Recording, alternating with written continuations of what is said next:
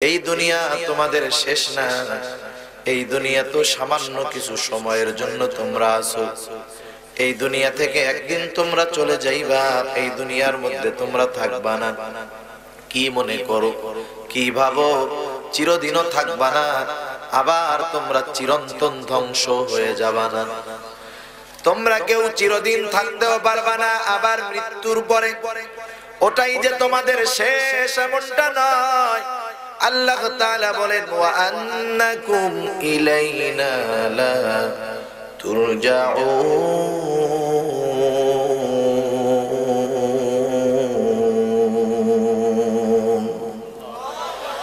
আল্লাহ রাব্বুল আলামিন বলেন তোমরা পুনরায় আমি আল্লাহর কাছে ফিরে আসবা, আমার দিকে তোমরা প্রবর্তিত হইবা।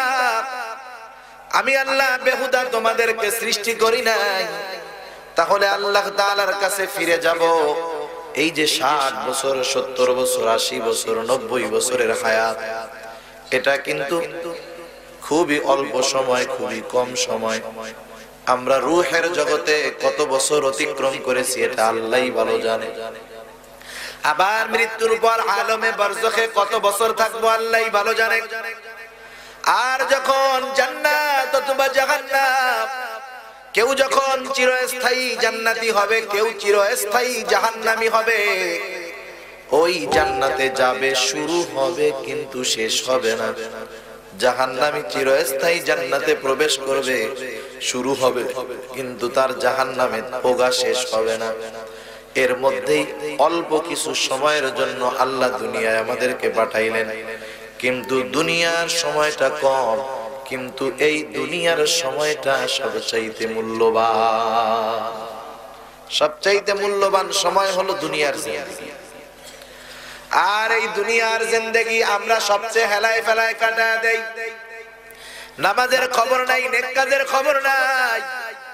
কত সুন্দর কথা কবি নজরুল বলেন, ঘুমায়া কাজা করেছো ফজর, তখনও জাগনি যখন জোহর, হেলায় খেলায় কেটেছে আসর, মাগরিবের ওই শুনিয়া যান, এখনো জামাতে হওরে শামিল, এখনো আছে এসাতে স্থান, বাজছে দামামা বাদরে আমামা, শির উঁচু করি মুসলমান, দাওয়াত এসেছে নয়া জামানার, ভাঙা কিল্লায় উড়ে নিশান।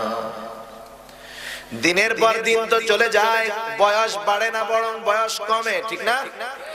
কারণ আমার আপনার এক্সপায়ার ডেট কতদিন, এই দুনিয়ায় থাকবো কতদিন। আল্লাহ তাআলা মায়ের গর্ভে যখন আসছি প্রাণ দিয়েছেন, এক্সপায়ার ডেটও লাগায়া দিয়েছেন। কয়দিন দুনিয়ায় আমি থাকবো, আপনি থাকবেন, আমরা থাকবো, প্রত্যেকের জন্য নির্ধারিত সময় আছে না নেই? এমন হবে না আমার বড়টা আগে যাবে এরপরে আমি, তারপরে ছোটটা, না না। বরং কে কোন সময় দুনিয়া থেকে যাবে হায়াত লিমিটেশন করা আছে। আল্লাহ তাআলা জানায় দেন ওই সময় যখন আসবে, ওই সময়ের আগে সুস্থ থাকলেও অসুস্থ থাকলেও মরবা না। ওই সময় যখন চলে আসবে, যত সুস্থ থাকো এই দুনিয়ায় থাকতে তুমি পারবা না। আল্লাহ তাআলা বলেন ফাইদা জাআ আজালুহুম লা ইস্তাখিরুনা সাআতান ওয়া লা ইস্তাকদিমুন।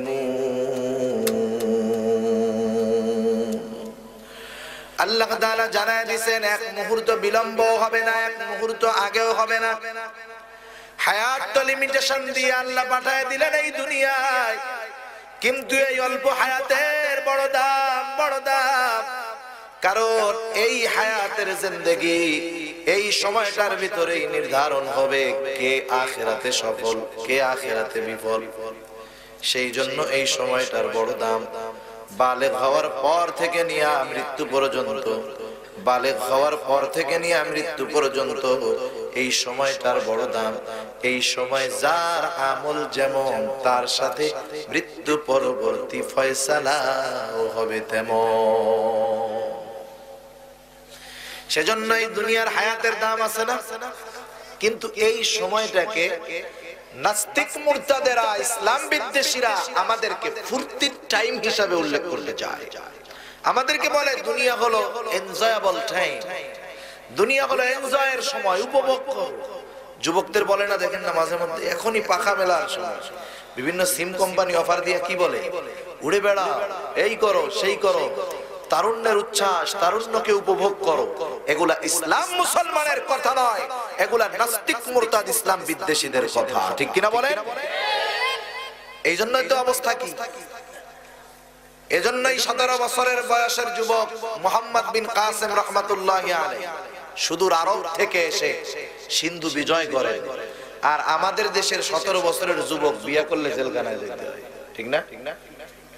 মানে 17 বছর 18 বছরেও বালেগী হয়। কোথায় নাস্তিক মুরতাদেরা আমাদের চিন্তা শক্তি ঢুকায় দিচ্ছে।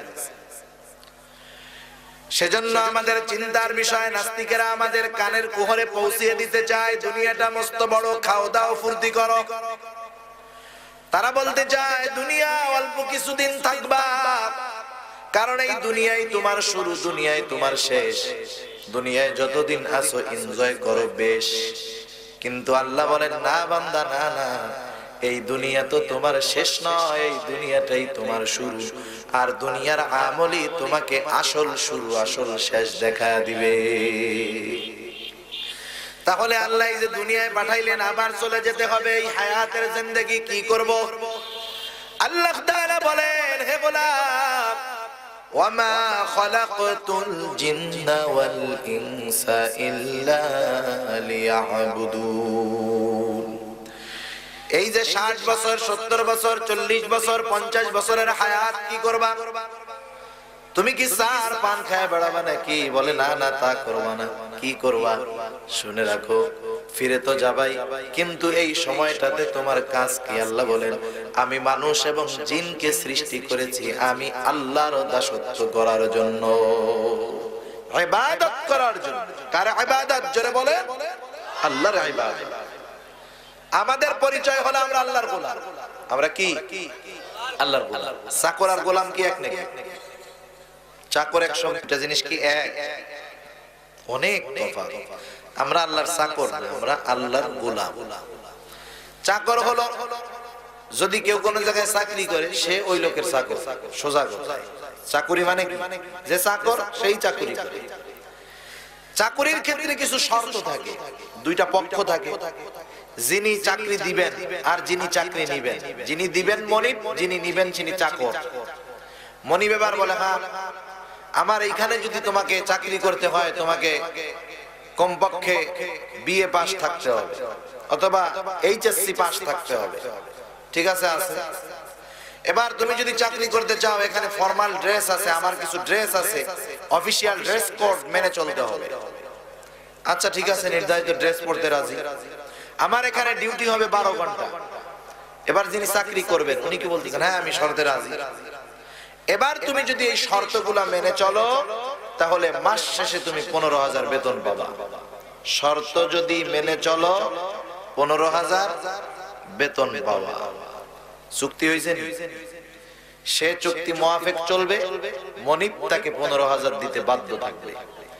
এখন যদি মনিব 15,000 না দেয়, মনিব চুক্তি ক্ষুণ্ণ করবেন না, তিনি চুক্তি ভঙ্গ করলেন।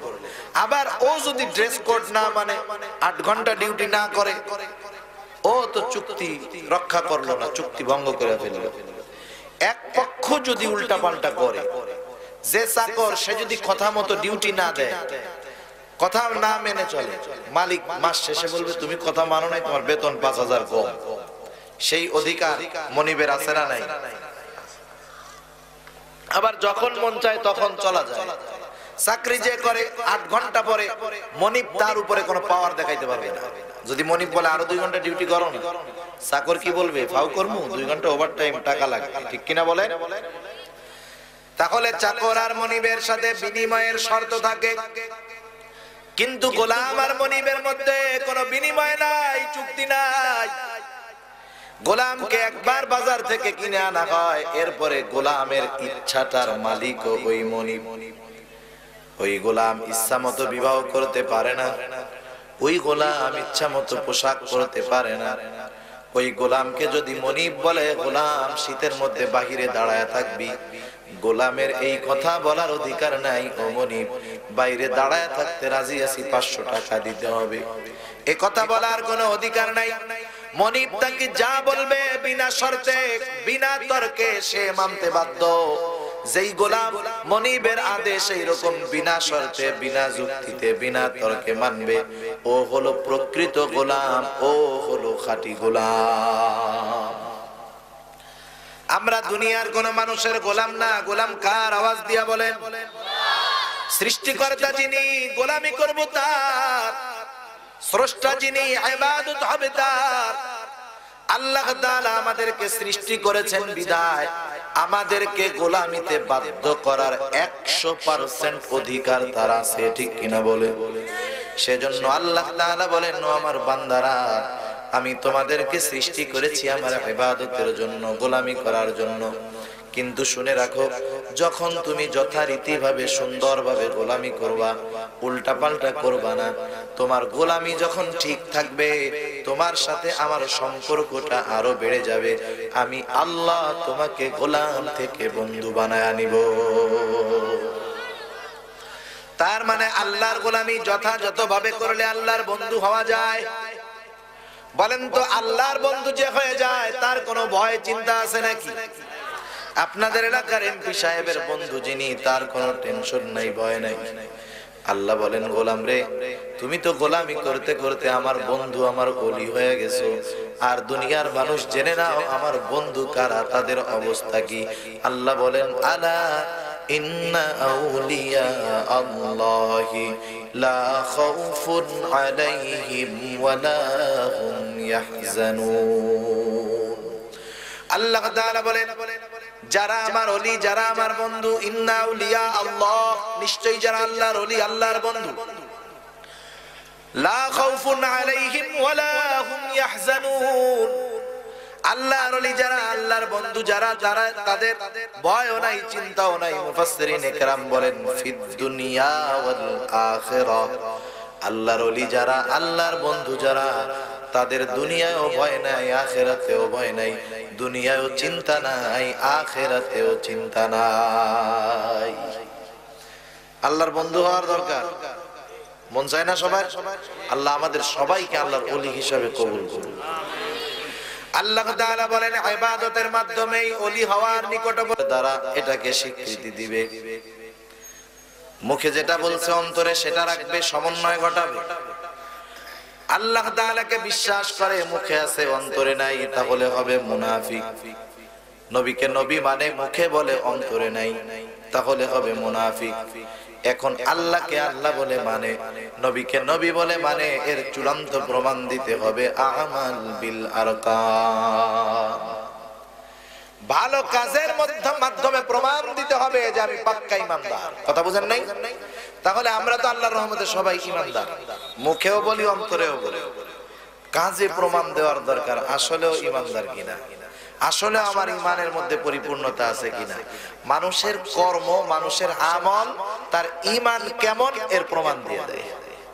কথা বুঝতে পারেন নাই? সেজন্য নেক আমল খুব গুরুত্বপূর্ণ।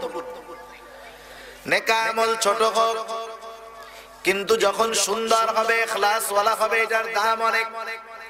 এজন্য রাসূলুল্লাহ সাল্লাল্লাহু আলাইহি ওয়াসাল্লাম বলেন, আখলিস দীনাকা ইয়াকফিকাল আমালুল কলিল।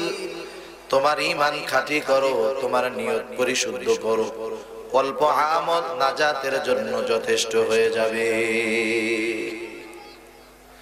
রাসূলুল্লাহ সাল্লাল্লাহু আলাইহি ওয়াসাল্লাম বলেন, যখন কোন মানুষ ভালোভাবে ঈমান আনে, ইসলামের মধ্যে অন্তর্ভুক্ত হয়ে যায়, ফাকুল্লু হাসানাতিন ইয়ামালুহা, প্রত্যেকটা আমলের বিনিময়ে সে যেটা করে তার আমলটা 10 থেকে 700 গুণ পর্যন্ত বাড়ায় দেওয়া হয়। সওয়াবের পরিমাণ আল্লাহ তাআলা 10 থেকে 700 গুণ পর্যন্ত বাড়ায় দেয় যদি ইখলাস ওয়ালা আমল হয়। আর যদি ইখলাসবিহীন আমল পাহাড় পরিমাণও হয়, ওই আমল নাজাত তো দিতে পারেই না, বরং ওই লোক দেখানো আমল তার জাহান্নামে যাওয়ার কারণ হয়ে যায়। রাসূলুল্লাহ সাল্লাল্লাহু আলাইহি ওয়াসাল্লাম জানায় দেন, কিয়ামতের দিন সর্বপ্রথম আল্লাহ তাআলা তিন শ্রেণীর মানুষকে হিসাবের জন্য ডাকবে। তিন শ্রেণীর মানুষ আল্লাহর দরবারে হিসাবের জন্য প্রথম উপস্থিত হবে। এক নাম্বার, আল্লাহ তাআলা একজন শহীদকে আহ্বান করবে, ডাকবে। শহীদ রক্তাক্ত অবস্থায় আল্লাহ তাআলার সামনে উপস্থিত হয়ে যাবে। তার ওই অবস্থা দেখে আল্লাহ তাআলা জিজ্ঞাসা করবে, আমার গোলাম তোমার এই পরিণতি কেন, এই অবস্থা কেন? রক্তাক্ত শহীদ আল্লাহর কাছে বলবে, আল্লাহ আপনার দ্বীন আপনার জমিনে কায়েম করতে গিয়ে কাফেরদের বিরুদ্ধে যুদ্ধ করতে করতে জীবনটা দিয়ে দিয়েছি। আল্লাহ তাআলা বলবেন, বান্দা কেন তুমি যুদ্ধ করছো? জীবন দিয়েছো বুঝলাম, কিন্তু কোন উদ্দেশ্য ছিল তোমার? লোকটা এবার বলবে, আল্লাহ আমি শুধুমাত্র আপনার সন্তুষ্টির জন্য জিহাদ করেছি। বলেন তো আল্লাহ তাআলা আমার আপনার হৃদয়ের খবর জানেন কি জানেন না? জানেন তো? পাশে শুয়ে থাকলে স্ত্রীও জানে না, আমার অন্তরের খবর কেউ জানে না। জানে কে? আল্লাহ রাব্বুল আলামিন সব জানেন। আল্লাহ তাআলা বলেন, কুল ইন তুখফু মা ফি সুদুরিকুম আও তুবদুহু ইয়ালামুল্লাহ। আল্লাহ তাআলা বলেন, নবীকে আপনি বলে দেন কোনটা তোমরা লুকাও, কোনটা গোপন করো, কোনটা প্রকাশ করো। দুনিয়ার কেউ জানে না, কিন্তু আল্লাহ তাআলা জানেন। আল্লাহ তাআলা হলেন সর্বশ্রোতা, আল্লাহ হলেন সর্বদ্রষ্টা। আমরা শ্রোতা, আমরা দ্রষ্টা, ঠিক আছে, কিন্তু আল্লাহ হলেন সর্বশ্রোতা, আল্লাহ হলেন সর্বদ্রষ্টা। আল্লাহ সুবহানাহু ওয়া তাআলা কেমন দেখা দেখেন, আল্লাহ কেমন শোনা শোনেন। আল্লাহ তাআলা কেমন দেখা দেখে, আমাদের দেখার সীমাবদ্ধতা কত বেশি, অকল্পনীয় বেশি।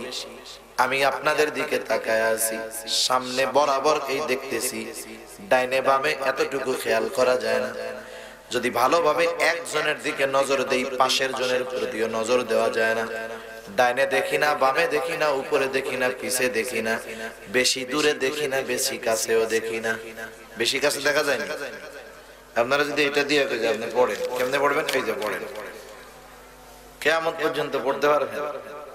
বেশি কাছেও দেখি না, বেশি দূরেও দেখি না, রাতের আধারে দেখি না। আবার যদি অতি আলো চোখে পড়ে দেখা যায়, লাইট দুইটা চোখের দিকে মেরে দিচ্ছে, কিছু দেখবেন সামনে, কিছু দেখা যাবে।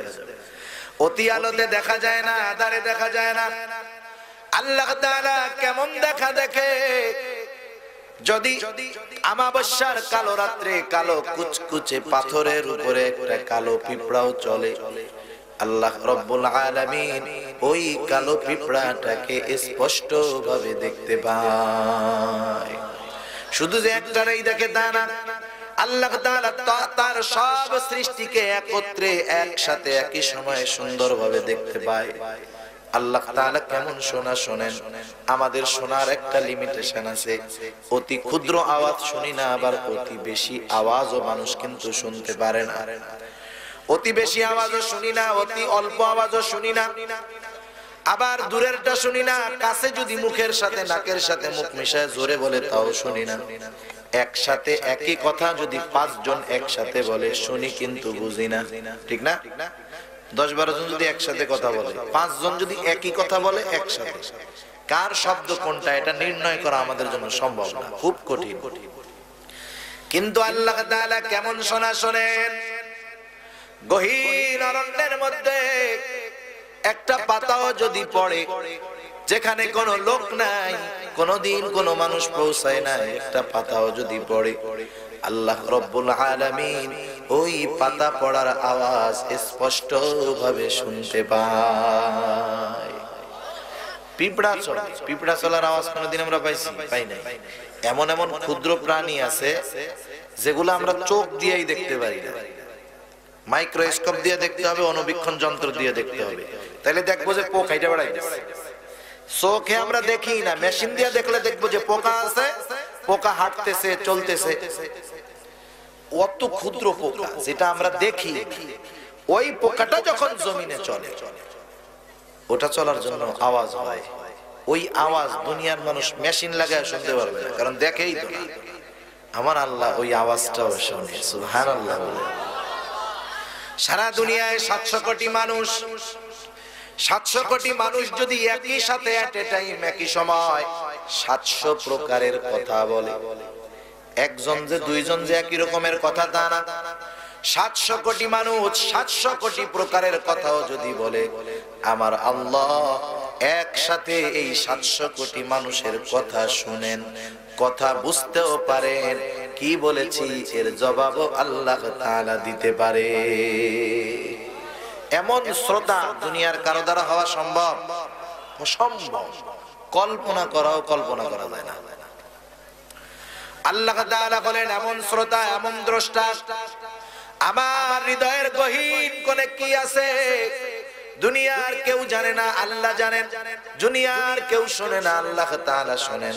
যেই কথা আমি আমার কল্পনার মধ্যে এনেছি, শব্দ আকারে বের করি নাই, ওই কল্পনার কথাটাও আমার আল্লাহ স্পষ্ট ভাবে শুনতে পায়। আল্লাহ তাআলা বলবেন, ও আমার গোলাম, আমি আল্লাহ তোমার অন্তরের খবর জানি। আমি আল্লাহর সন্তুষ্টির জন্য জিহাদ করো নাই, তুমি জিহাদ করেছো যাতে করে দুনিয়ার মানুষ তোমাকে বীর বলে, দুনিয়ার মানুষ তোমার বীরত্বের প্রশংসা করে, দুনিয়ার মানুষ তোমাকে বাহাদুর বলে, তোমার সুনাম করে। ও আমার গোলাম, যে উদ্দেশ্যে তুমি জিহাদ করেছো দুনিয়ায়, তুমি তা পেয়ে গেছো। আজকে আমি আল্লাহর তরফ থেকে তোমার জন্য কিছু নাই, তুমি চলে যাও, তোমার ঠিকানা হলো চিরস্থায়ী জাহান্নাম। দ্বিতীয়তে আল্লাহ রাব্বুল আলামিন একজন দানবীরকে ডাকবে। আল্লাহ তাআলা জিজ্ঞাসা করবে, ও আমার গোলাম, এত কষ্টের উপার্জিত সম্পদ তুমি কোন কাজে ব্যয় করেছো?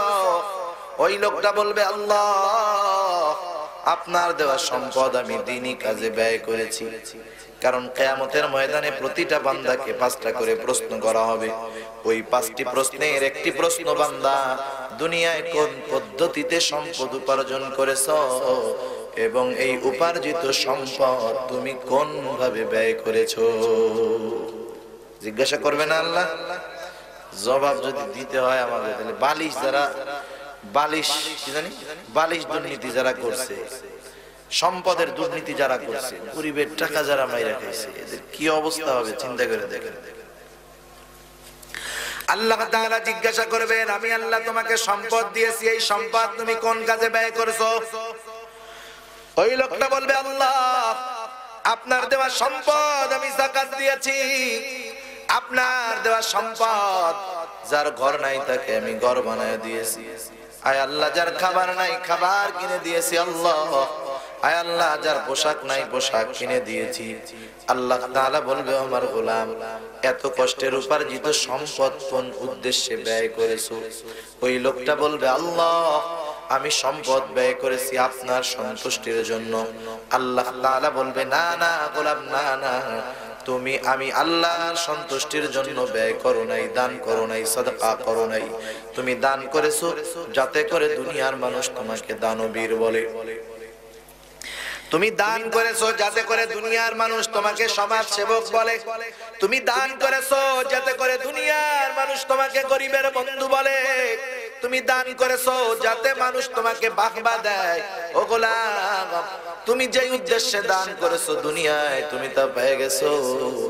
আজকে আমি আল্লাহর তরফ থেকে তোমার জন্য কিছু নাই, তুমি চলে যাও, তোমার ঠিকানা হলো চিরস্থায়ী জাহান্নাম।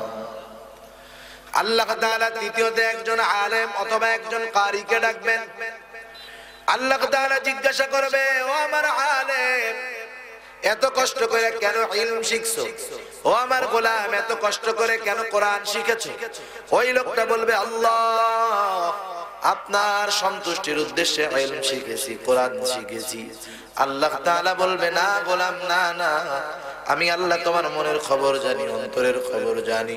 তুমি আলেম হয়েছো যাতে করে দুনিয়ার মানুষ তোমাকে আলেম বলে। তুমি ইলম শিখেছো, কোরআন শিখেছো যাতে করে দুনিয়ার মানুষ তোমাকে কারি বলে, যাতে করে তোমাকে হাফেজ বলে, আলেম বলে, মুফতি বলে, মুহাদ্দিস বলে, শাইখুল হাদিস বলে, আল্লামা বলে, বড় বক্তা বলে, মুফাসসির বলে। দুনিয়ার মধ্যে তুমি যে উদ্দেশ্যে ইলম শিখেছো, দুনিয়ায় তুমি তা পেয়ে গেছো। আজকে আমি আল্লাহর তরফ থেকে তোমার জন্য কিছু নাই, তুমি চলে যাও, চলে যাও, তোমার ঠিকানা হলো চিরস্থায়ী জাহান্নাম। তিনটা ইবাদতের কথা যদিও উল্লেখ হলো, প্রত্যেকটা ইবাদতের বিষয় হয়তো এমন হবে, কিন্তু এই তিনটা ইবাদত যেন তেন ইবাদত নয়। আল্লাহর পথে জীবন দিয়ে দেওয়া, আল্লাহর পথে জিহাদ করা, এটা কিন্তু যেন তেন ব্যাপার নয়। জিহাদ করা হোক, জীবন দেওয়া হোক, যদি শুধু ইখলাসের সৌন্দর্য না থাকে, ওই জীবন দেওয়ার ন্যূনতম দাম আল্লাহ তাআলার কাছে নাই। সম্পদ যত দান করা হোক, ইখলাস নাই, আল্লাহ তাআলার কাছে ন্যূনতম দাম নাই। আলেম যত বড় হোক, যদি আল্লাহর সন্তুষ্টি উদ্দেশ্য না থাকে, ওই ইলমের কোনো দাম নাই। কারণ ইলম তো শয়তানেরও কম ছিল না, শয়তানের ইলম কম ছিল না, শয়তানের আমলের অভাব ছিল না, ইলমের অভাব ছিল না। অথচ দেখুন, এত ত্যাগের পরেও শুধুমাত্র ইখলাস ঠিক নাই, নিয়তের ঠিক নাই, আমলের কোনো দাম নাই। আর নবীজি আমার বলেন, লোক দেখানো ইবাদত, এটা হলো ছোট শিরক, ক্রিয়া, লৌকিকতা। এখন যেই ইবাদতের হকদার আল্লাহ, সেটা যদি মানুষকে দেখানোর জন্য করা হয়, ওই ইবাদত যত ছোট হোক না কেন, মানুষকে দেখানোর জন্য যখন ইবাদত হয়, ওই ইবাদতের মধ্যে রিয়া, শিরক মিশ্রিত হয়ে যায়, আল্লাহ তাআলার কাছে ওই ইবাদত কবুল হয় না, আল্লাহ কবুল করেন না। হক ছিল আল্লাহ, ইবাদতের হক আল্লাহ, করছি মানুষকে দেখানোর জন্য। যেটা আল্লাহ, যখন সেটা মানুষকে দেখানোর জন্য করলাম, এটা শিরক হয়ে গেল না? আর শিরক করলে আল্লাহ বেজার হয় না? এখন এই আমলগুলা তো বরবাদ।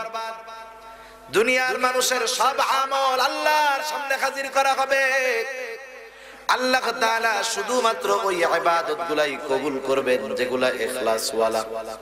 আল্লাহ তাআলা বলেন, ওয়াকাদিমনা ইলা মা আমিলু মিন আমালিন ফাজআলনাহু হাবাআন মানসুরা।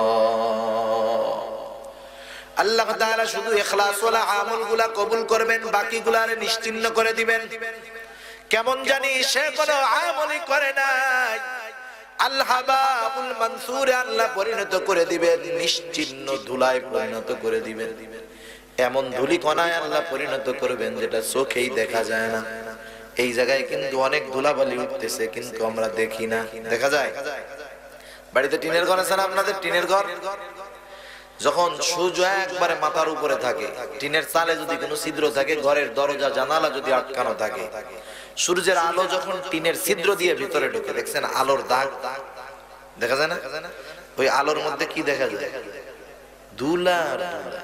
অথচ এমনি সময় কি পরিষ্কার ফকফকা, কিন্তু যখনই আলোর প্রভাব পড়ছে, আলোর রশ্মি পড়ছে, দেখা যায় রে আল্লাহ, এদিকে ময়লা ছাড়া দেখি কিছুই নেই।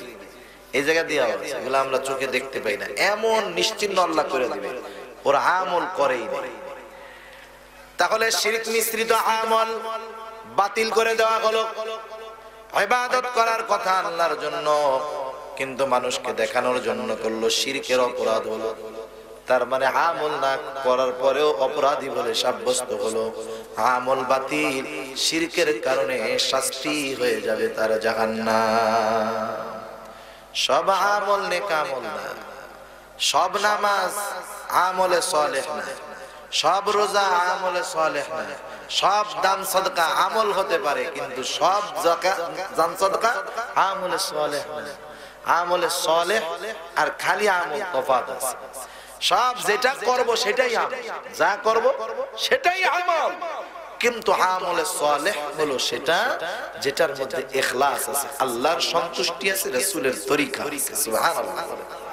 আমরা মনে করি, মনে হয় এগুলাই শুধু নেক আমল, নামাজ রোজা হজ যাকাত, মিথ্যা কথা বললাম না, সত্য কথা বললাম, এগুলাই মনে হয় নেক আমল। না না, মানুষ যদি চায় তার দুনিয়ার কর্মগুলাকেও নেক আমলে পরিণত করতে পারে। যেমন একটা মানুষ, জগন্নাথপুরের মানুষ, আলহামদুলিল্লাহ, আল্লাহ সম্পদশালী বানায় দিয়েছে, কত বড় বড় বাড়ি, বিশাল বড় বড় বাড়ি, বিশাল এরিয়া নিয়ে বাড়ি, কিন্তু লোকজন নাই, আছে না? বিলাসবহুল রাজকীয় বাড়ি, লোকজন নাই। এত সুন্দর সুন্দর ঘর, লোকজন নাই। সুন্দর সুন্দর বাথরুম, কিন্তু বাথরুম করার কোনো মানুষ নাই। এখন একজন লোক যদি সুন্দর একটা বাথরুম বানায়, এখনকার মানুষের রুচিবোধটা একটু ভিন্ন রকম। আগের আমলের রুচি ছিল ভিন্ন রকম। আগের আমলে বাড়ি বানাইতো পাকা, বাথরুমটা বানাইতো বাঁশবাগানের মধ্যে, সাইড দিক দিয়ে দিত সালা, ঠিক না?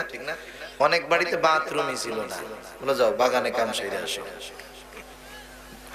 এখনো বাংলাদেশে অনেক জায়গায় আছে। আর ভারতের কথা তো বলবো না, বললে চাকরি থাকবে না। ভারতের মানুষ, কিছু মানুষ আছে, ওরা খোলা জায়গায় ওপেনে বাথরুম করা ইবাদত মনে করে, মানে ওদের ধর্মের ইবাদত মনে করে। ওরা মনে করে যদি ওরা বাথরুম বানায় আর বাথরুমে যায় বাথরুম করে, ওদের সেই দেবতা অসন্তুষ্ট হবে, এই জন্য ওরা খোলা জায়গায় মেরে দেয় সবাই। কিন্তু বাংলাদেশের মানুষ আলহামদুলিল্লাহ রুচিবোধওয়ালা মানুষ। আগে বাথরুম দূরে বানাইতো, নরমাল ছিল, কিন্তু এখন ঘর নরমাল হোক, মাগার বাথরুম সেই ফিটিং স্টাইল স্পেশাল, ঠিক না? 2 লাখ টাকা খরচ করে বাথরুম বানাইলো, ভালো কথা। কোন কারণবশত মনে করেন ওই বাথরুমের মধ্যে ওই লোকটা কোনোদিন বাথরুম করে নাই, বলেন তো? বাথরুম বানালো কিন্তু সে নিজে বাথরুম করে নাই। এই কারণে কি কিয়ামতের ময়দানে আল্লাহ জিজ্ঞাসা করবে নাকি, বাথরুম বানাইলি আর বাথরুম করলি না কেন, তোর শাস্তি আছে? আল্লাহ বলবে। আবার যদি প্রতিদিন 3 ঘন্টা বাথরুম করে, ওর জন্য সওয়াব আছে, সওয়াব নাই, গুনাহ নাই। কিন্তু এই কাজটা আমল হতে পারে কেমনে? সকাল বেলায় ঘুম থেকে উঠে গেছে আল্লাহর গোলাম, ঘুম থেকে উঠছে, মসজিদ থেকে আযানের আওয়াজ, চিন্তা করলো বাথরুমে যাইতে হবে। আমাদের ইমাম সাহেব যে লম্বা কেরাত করে নামাজের মধ্যে, যে কোনো টাইমে